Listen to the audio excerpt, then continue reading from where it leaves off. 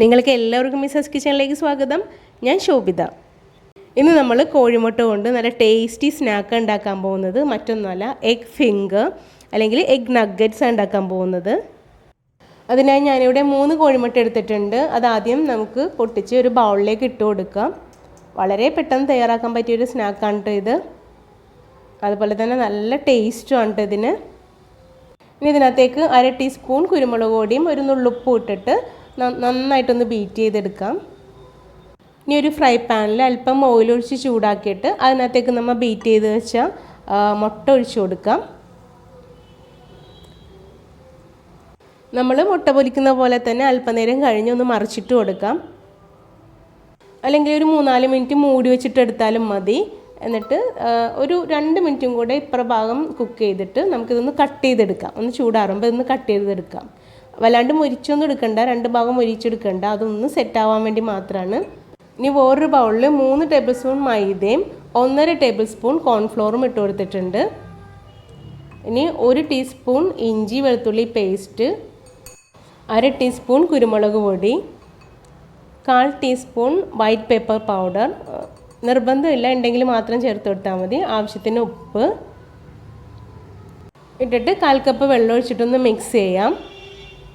ഇനി ഇതിനകത്തേക്ക് ഒരു 3/4 ടീസ്പൂൺ കാശ്മീരി ചില്ലി പൗഡർ ചേർത്ത് കൊടുക്കാം.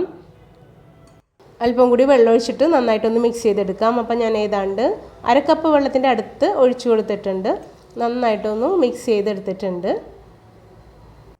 ആദ്യം ഒരു 1/4 കപ്പ് വെള്ളം ഒഴിച്ചു കൊടുത്തു, വീണ്ടും 2 ടേബിൾ സ്പൂൺ വെള്ളം കൂടി ഒഴിച്ചു കൊടുത്തിട്ടുണ്ട്. ഇനി നമുക്ക് ഈ മുട്ടയൊന്ന് കട്ട് ചെയ്തെടുക്കാം.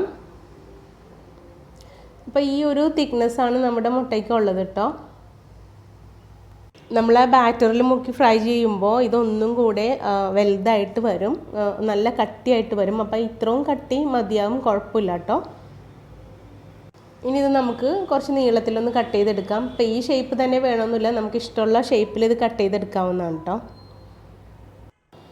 അപ്പോൾ മൊത്തം ഈ ഷേപ്പിൽ ഞാൻ കട്ട് ചെയ്തെടുത്തിട്ടുണ്ട്. അപ്പോൾ 3 മുട്ട വെച്ചിട്ട് നമുക്ക് ഒരുപാട് എഗ് ഫിംഗർ ഉണ്ടാകും.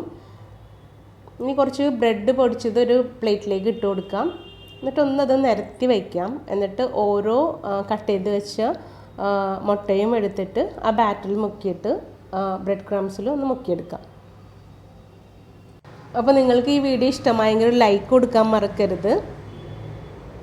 ഈ ചാനൽ ആരെങ്കിലും സബ്സ്ക്രൈബ് ചെയ്യാനുണ്ടെങ്കിൽ സബ്സ്ക്രൈബ് ചെയ്യുന്നതോടൊപ്പം ബെല്ലൈക്കൺ ക്ലിക്ക് ചെയ്ത് ഓളും കൂടി ഒന്ന് പ്രസ് ചെയ്തേക്കണേ. അപ്പം നമ്മുടെ ബാറ്റർ ഒരുപാട് ലൂസായി പോകരുത് കേട്ടോ, കുറച്ച് കട്ടിയിൽ വേണം ബാറ്റർ ഉണ്ടാവാനായിട്ട്. എന്നിട്ട് പിന്നെ ഓരോ ഫിംഗേഴ്സും ഡിപ്പ് ചെയ്ത് ഇതിനകത്ത് ബ്രെഡ് ക്രംസിൽ മുക്കിയിട്ട് നമുക്ക് ചൂടായ എണ്ണയിൽ ഫ്രൈ ചെയ്തെടുക്കാം. ഇനി ഒരു പാനിൽ ആവശ്യത്തിന് ഓയിൽ ഒഴിച്ചു കൊടുക്കാം. എന്നിട്ട് ഓയിൽ ഒരുവിധം ചൂടാകുമ്പോഴത്തേക്ക് നമുക്ക് ഓരോന്നും അതിനകത്തേക്ക് ഫ്രൈ ചെയ്തെടുക്കാം. അപ്പോൾ ഓയിൽ ഒരുപാട് അങ്ങോട്ട് ചൂടാവരുത്, ഒരുപാട് ചൂടായി ഇടുമ്പോൾ തന്നെ എപ്പോഴും മുരിഞ്ഞ് കരിഞ്ഞ് അങ്ങോട്ട് വരും. അപ്പം ഒരുവിധം ചൂടാകുമ്പോഴത്തേക്കും നമുക്കിത് ഓരോന്ന് പിറക്കിയിട്ട് കൊടുക്കാം. ഒരു 2 മിനിറ്റ് മാത്രം ഒരു സൈഡ് വേവിച്ചതിന് ശേഷം പതുക്കെ ഒന്ന് തിരിച്ചിട്ട് കൊടുക്കുക. എന്നിട്ട് മറു സൈഡ് 1 മിനിറ്റ് മാത്രം വേവിച്ചാൽ മതിയാകും.